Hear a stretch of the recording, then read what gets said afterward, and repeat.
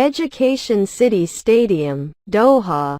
World Cup capacity, 40,000 seats 7 kilometers away from Doha city center. Transport. The Education City Stadium is accessible by car. Parking is available in a dedicated parking lot. The stadium is accessible by Doha Metro and is also connected to the Education City tram system. Education City Station, on the Green Line, is located just 500 meters from the venue.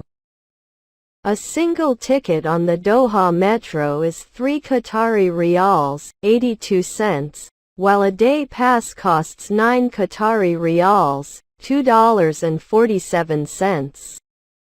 Inspiration. The facade of the stadium features triangles that form complex, diamond-like geometrical patterns which appear to change color with the sun's movement across the sky. Like diamonds, the stadium's design represents quality, durability and resilience, and will become something to be treasured, both for the memories it holds and its future value to the country. Quarter-finals venue during Qatar 202. During Qatar 2022. The stadium is set to host matches up to the quarter-finals stage.